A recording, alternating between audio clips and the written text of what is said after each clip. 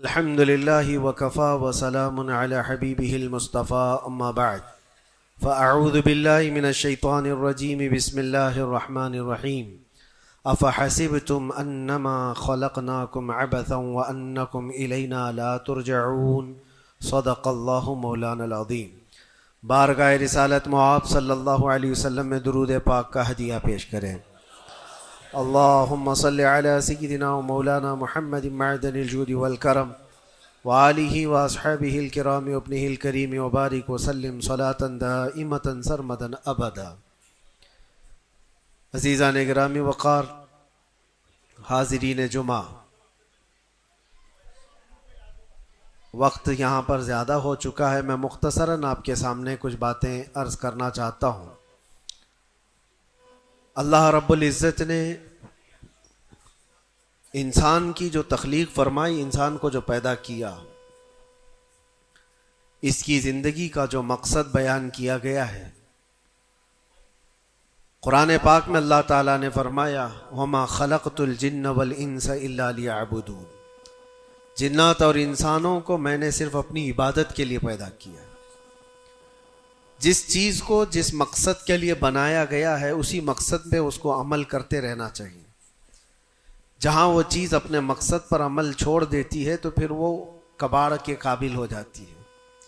کوئی مشین اگر گھر پر لائے ہوں، مسالہ پیسنے کی مشین، مکسر، اگر وہ اپنا کام نہیں کر رہی ہے تو پھر وہ مشین گھر میں رکھنے کے قابل نہیں ہوتی۔ واشنگ مشین کپڑے دھونے کے لیے استعمال کی جاتی ہے، اور اگر وہ کپڑے دھونا ہی چھوڑ دے تو وہ اپنا مقصد چھوڑ چکی ہے، اب اس کی جگہ بھنگار میں یا کباڑ خانے میں ہی ہوتی ہے۔ انسان جب اپنی زندگی کا مقصد بھول جاتا ہے تو پھر اس کی بھی دنیا میں رہنے کا کیا حاصل ہے؟ اللہ تعالیٰ نے جس مقصد کے لیے اس کو بنایا تھا، اب یہ مشین اس مقصد پہ نہیں چل رہی ہے تو پھر اس کے لیے جہنم کا ایندھن تیار ہے، جہاں پر اس کو ہمیشہ کے لیے بیچ دیا جاتا ہے۔ عزیزان گرامی وقار، میں ایک بات آپ سے یہ عرض کرنا چاہوں گا۔ اللہ کے نبی صلی اللہ تعالیٰ علیہ وسلم نے اسی لیے بار بار ہمیں تنبیہ فرمائی کہ جو چیز ہمیں ہمارے مقصد سے پھیرتی ہے وہ کون سی چیز ہے، کس لیے انسان غافل ہوتا ہے اور کیوں بھٹک جاتا ہے، کون سی چیز ہے؟ تو نبی پاک صلی اللہ علیہ وسلم فرماتے ہیں میں میرے بعد اپنی امت سے اس بات کا اندیشہ نہیں رکھتا کہ یہ کافر ہو جائے گی، مشرک ہو جائے گی۔ حضور فرماتے ہیں مجھے اس کا ڈر نہیں ہے کہ میری امت مشرک ہو جائے گی، کافر ہو جائے گی، لیکن اندیشہ اس بات کا ہے، ڈر اس بات کا ہے کہ تم پر دنیا پھیلا دی جائے گی اور تم دنیا سمیٹتے سمیٹتے اللہ رسول کو بھول جاؤ گے۔ آج یہ پوزیشن پر جو مسلمان آیا ہوا ہے، امت مصطفیٰ کی یہی حالت ہے کہ دنیا اس قدر حاوی ہے کہ وہ اپنے آرام اور سکون کو چھوڑنا نہیں چاہتا۔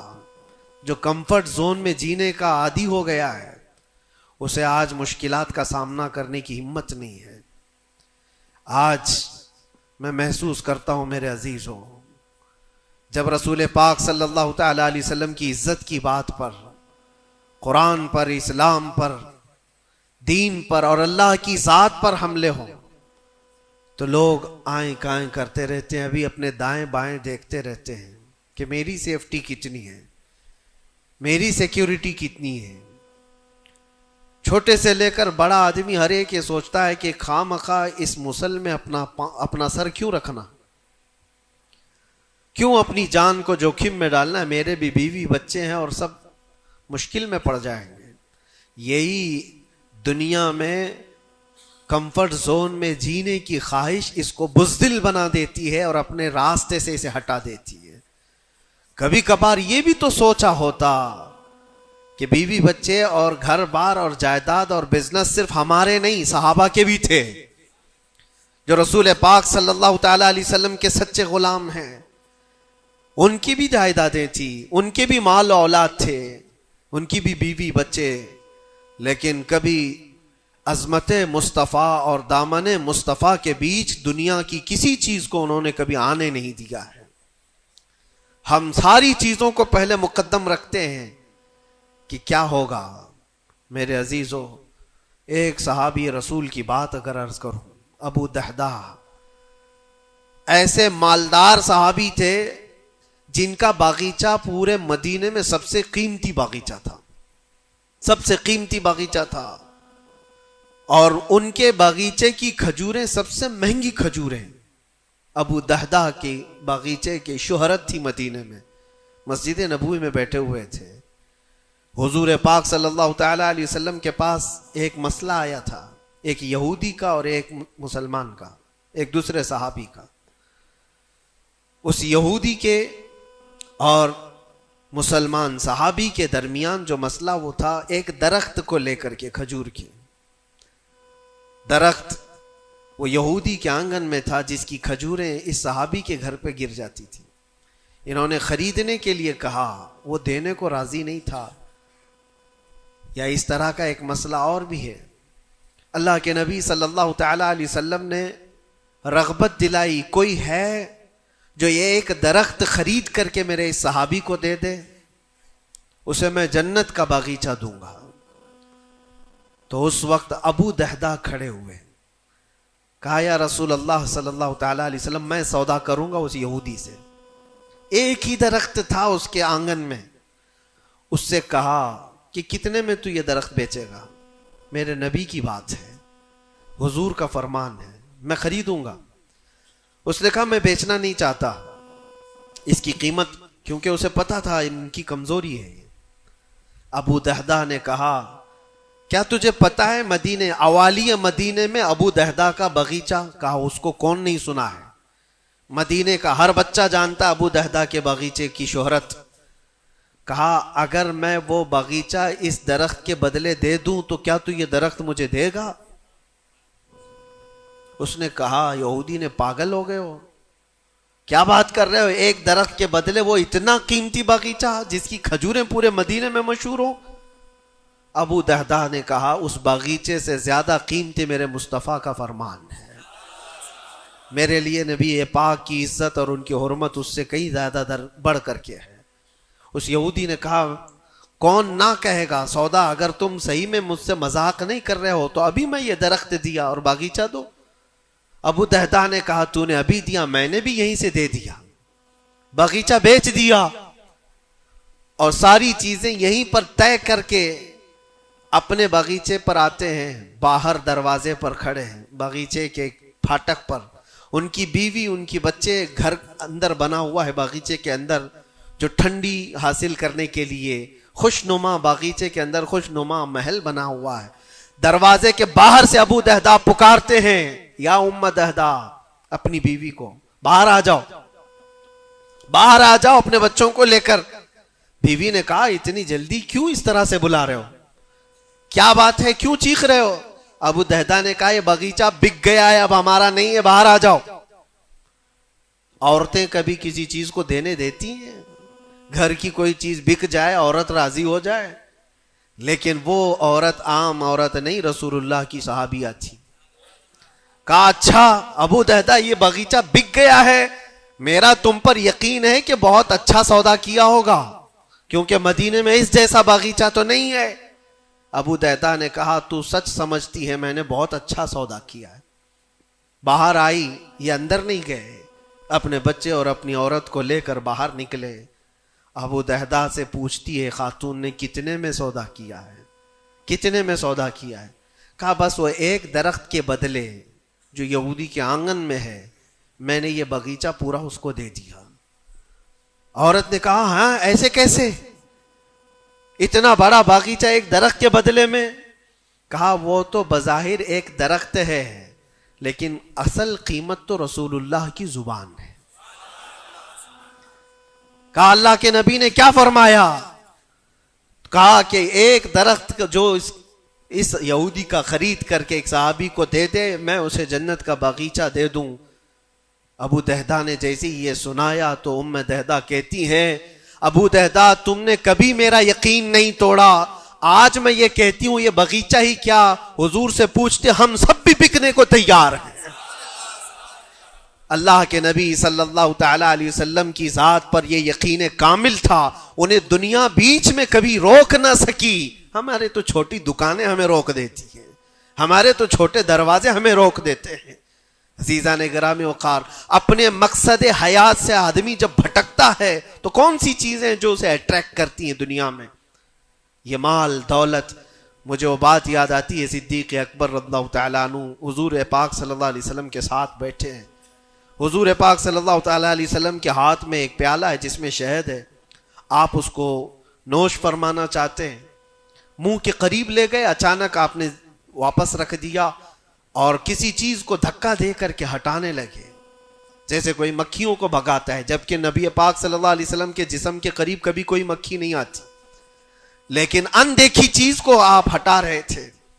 پھر تھوڑی دیر کے بعد پیالے کو اٹھایا، پھر تھوڑی دیر منہ کے قریب جاتے ہی واپس رکھ دیا، پھر کسی چیز کو دھکا دے کر نکال رہے تھے، تیسری مرتبہ پیالہ اٹھایا تو صحابہ نے دیکھا آپ کی آنکھوں سے آنسو روا ہیں، حضور پاک صلی اللہ تعالی علیہ وسلم کیا اشک بہ رہے ہیں۔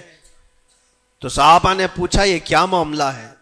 حضور اکرم صلی اللہ تعالی علیہ وسلم فرماتے پہلی بار جب میں نے شہد کا پیالہ اٹھایا تو دنیا میرے پاس سج سنور کر کے آئی، تیار ہو کر آئی اور کہا اے اللہ کے نبی میرا حسن و جمال آپ قبول کر لیں، ہر طرح کے حسینائیں آپ کے قدموں میں لا کر رکھ دوں گی، ہر طرح کا حسن آپ کے قدموں میں لا کر رکھ دوں گی۔ حضور فرماتے میں نے دھکا دے کر دور کیا کہ مجھے تیرے حسن و جمال کی ضرورت نہیں، دنیا چلی گئی۔ دوسری بار جب میں نے پیالہ اٹھایا تو دنیا پھر آئی میرے پاس اور پورے زر و جواہرات اور دولت کے انبار لے کر دنیا نے کہا اے اللہ کے نبی یہ قبول کر لیں، آپ کے قدموں میں سونے کے محلات اور جواہرات سجا دیے جائیں گے۔ حضور پاک صلی اللہ علیہ وسلم فرماتے میں نے اس کو بھی دھکا دے کر دور کیا، نہ تیرے حسن و جمال کی طرف میں رغبت کروں گا، نہ تیرے دولت و مال کی طرف، مجھے اس کی بھی حاجت نہیں۔ تیسری بار بہت امپورٹنٹ چیز میں عرض کر رہا ہوں، جو کہنا چاہتا ہوں توجہ سے سنیں۔ حضور پاک فرماتے ہیں تیسری بار دنیا میرے پاس آئی اور کہا اے اللہ کے نبی آپ نے میرے حسن و جمال کو بھی نہیں قبول کیا، دولت و مال کو بھی نہیں قبول کیا، مجھے دھکا دے کر دور کیا، لیکن ایک بات ہے آپ کے بعد آپ کی امت ایسا نہیں کر سکے گی، وہ دولت و مال اور حسن و جمال کی طرف بھاگے گی اور آپ کو چھوڑ دے گی۔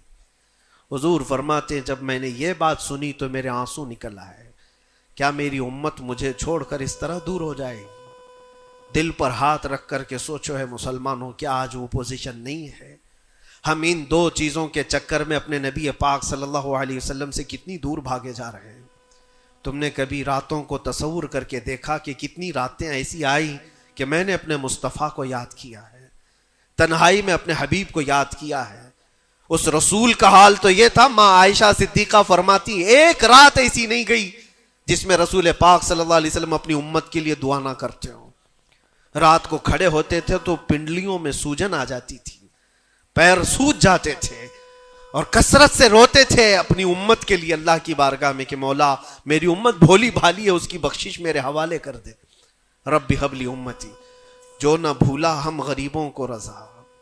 اور آج امت کا حال یہ ہے کہ سال میں ایک بار میلاد کر کے ہم یہ سمجھتے ہیں حق ادا کر لیا، ہر دن ہر رات جو نبی پاک ہمیں یاد کرتے تھے تو ہم نے آج وہ کیا کر دیا ہے؟ یہی دو چیزیں ہیں جو انسان کو اپنے مقصد حیات سے ہٹاتی ہیں، اپنے راستے سے ہٹاتی ہیں، دولت اور شباب، یہ حسن و جمال۔ ہر نوجوان کو دیکھو ان دو چیزوں کے پیچھے بھاگ رہا ہے، اسے یہ دو چیزوں کی خواہش ہے، مال جمع کرنا ہے اور خوبصورت عورت کو لانا ہے، اور ان دو چیزوں نے دنیا میں اس کو ایسا غافل کر رکھا ہے، اسے سوچنے کا موقع ہی نہیں ہے۔ جب اس کے سامنے کہا جائے تیرے نبی پاک کی عزت کی بات آئی ہے، کہا وہ دیکھ لیں گے، مولانا لوگ تو ہیں نا، علماء اکرام اپنا کام کریں گے، کل قیامت کے دن کیا منہ لے کر کے حضور کی بارگاہ میں کھڑے ہوگے؟ کس منہ سے حضور کی بارگاہ میں کھڑے ہوگے کہ میری سفارش فرما دیں اے اللہ کے نبی؟ کس منہ سے حضور کی بارگاہ میں آئیں گے کہ اے اللہ کے نبی میری شفاعت کر دیں؟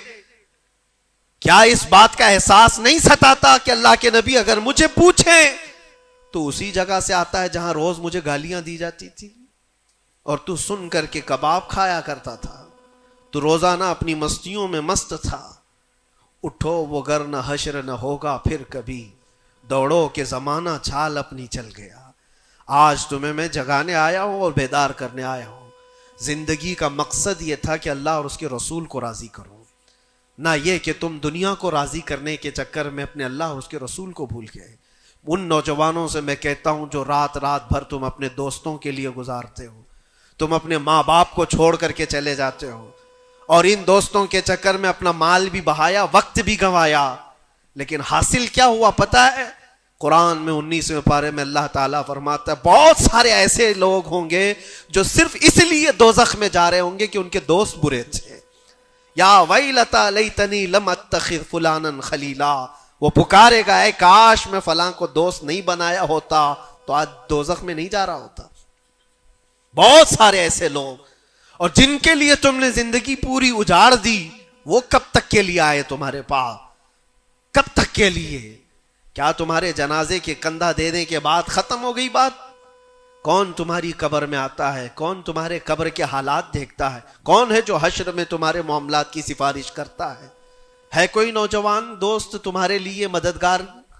نہیں. تمہارا دل بھی یہ کہے گا اس قبر کی نئی زندگی میں اگر کوئی آئے گا تو وہ آمنہ کا لال آئے گا. نبی پاک صلی اللہ تعالی علیہ وسلم تشریف لائیں گے. بزرگان دین نے یہاں تک فرمایا ہے وہ قبر میں میرے آقا صلی اللہ تعالی علیہ وسلم اس حالت میں اور اتنی جلدی آتے ہیں، اور منکر نکیر کے اٹھانے سے پہلے اس سے کہتے ہیں فرشتوں سے آہستہ سے اٹھاؤ، میری محبت میں بڑا تھک کے آیا ہے. وہ کس کے لیے ہے؟ جو محبت مصطفیٰ میں یہاں تھکا ہوا ہو اس کے لیے ہے. وہ نہیں جو عیش و عشرت میں شباب و کباب میں یہاں تھک کر کے گیا ہو.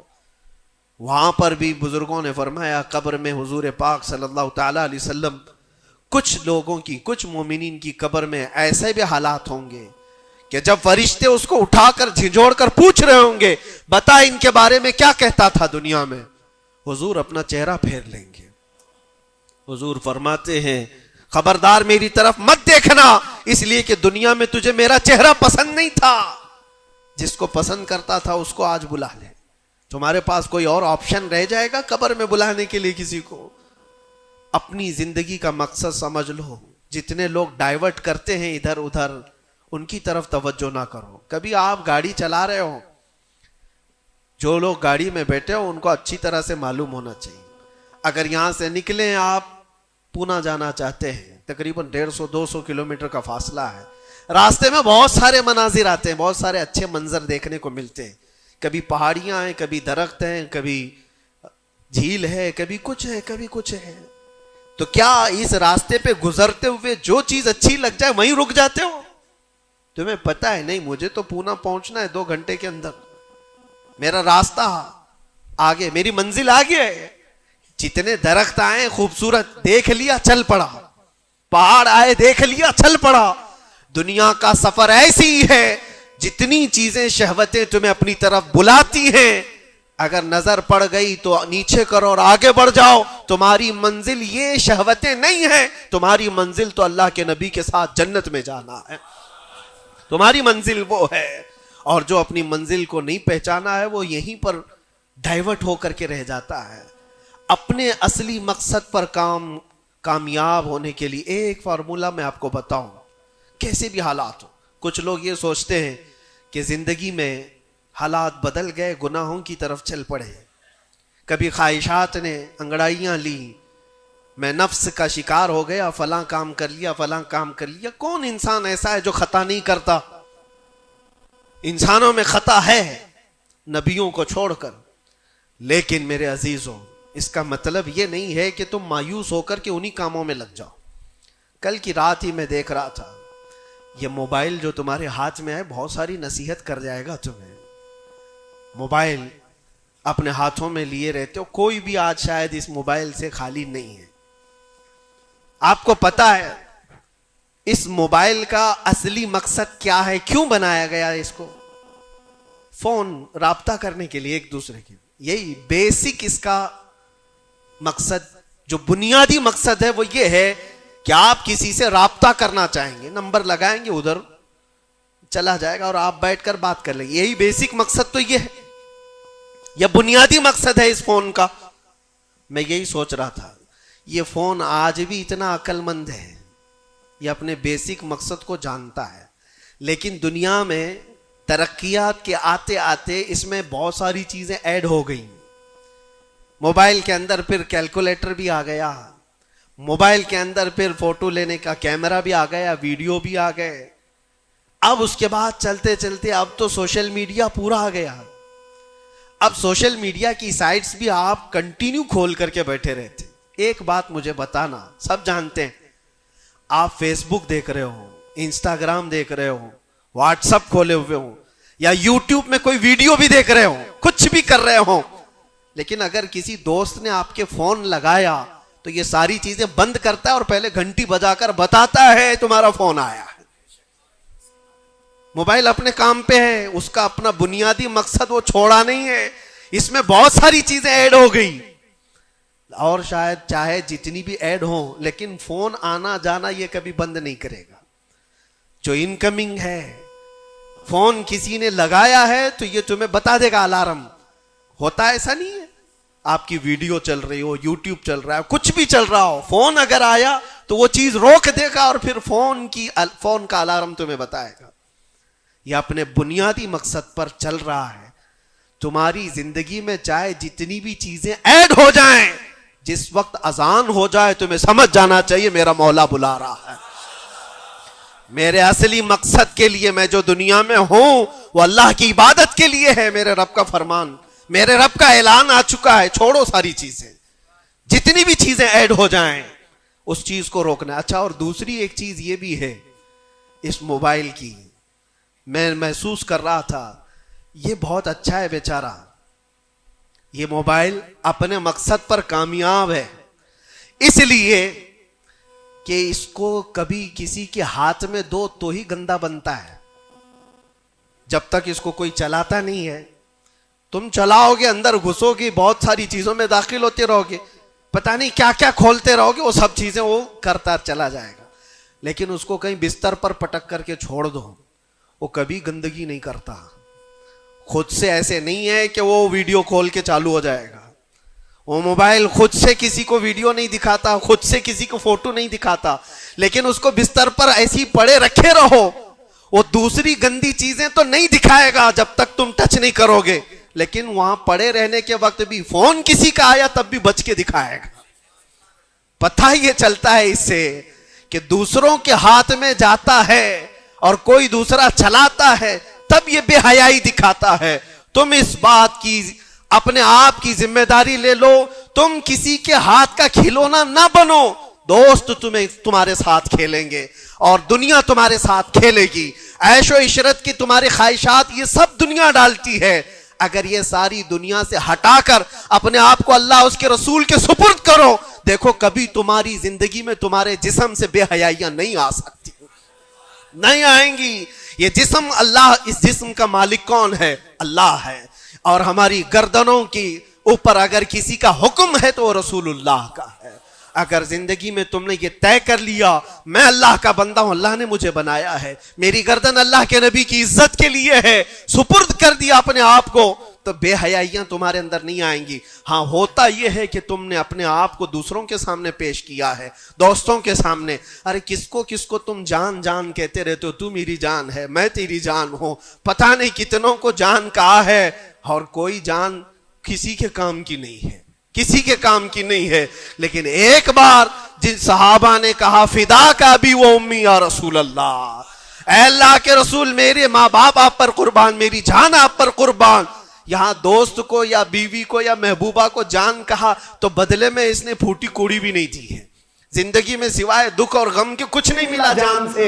لیکن مصطفیٰ کریم کو جس نے یہ کہا میری جان آپ کے حوالے ہے، اللہ کے نبی نے ان کو ذرے سے اٹھا کر کے آسمان کا تارا بنا دیا. ایک عرب نے آدمی کا بول بالا کر دیا، خاک کے ذروں کو ہمدوش ثریا کر دیا، خود نہ تھے جو راہ پر اوروں کے ہادی بن گئے، کیا نظر تھی جس نے مردوں کو مسیحا کر دیا۔ نبی پاک صلی اللہ تعالیٰ علیہ وسلم کے حوالے اپنے آپ کو کر کے تو دیکھو، پھر تمہیں کہاں سے کہاں پہنچایا جائے گا۔ آج دنیا مجھے پہچانتی ہے تو میرے باپ کے نام سے نہیں، عظمت مصطفیٰ کے نام سے پہچانتی ہے، قدم مصطفیٰ کی برکت سے پہچانتی ہے۔ ہم کو اگر کسی نے اٹھایا ہے تو کسی کے باپ نے نہیں، کسی نیتا نے نہیں، میرا تعلق کسی سیاسی پارٹی سے نہیں ہے۔ میری آج عزت کوئی کرتا ہے تو اس لیے نہیں ہے کہ یہ سیاسی کوئی عہدہ رکھتا ہے، صرف اس لیے عزت کی جاتی ہے کہ نبی پاک کی عزت پر بات آتی ہے تو یہ اپنی آواز کو تو اٹھاتا ہے۔ جب تک بکے نہ تھے تو کوئی پوچھتا نہ تھا، یا رسول اللہ تم نے خرید کر ہمیں انمول کر دیا۔ اللہ کریم ہم سب کو اپنے مقصد حیات پر چلنے کی توفیق عطا فرمائے، ہماری زندگی کو با مقصد اور با عمل بنانا ہے۔ اللہ کریم کی بارگاہ میں دعا ہے کہ مولا مرنے سے پہلے وہ دن ہمیں دکھا، آنکھیں بند ہونے سے پہلے ایک بار اس حسین جمال جہاں آرا کی زیارت ہمیں نصیب فرما۔ وآخر دعوانا الحمدللہ رب العالمین۔ السلام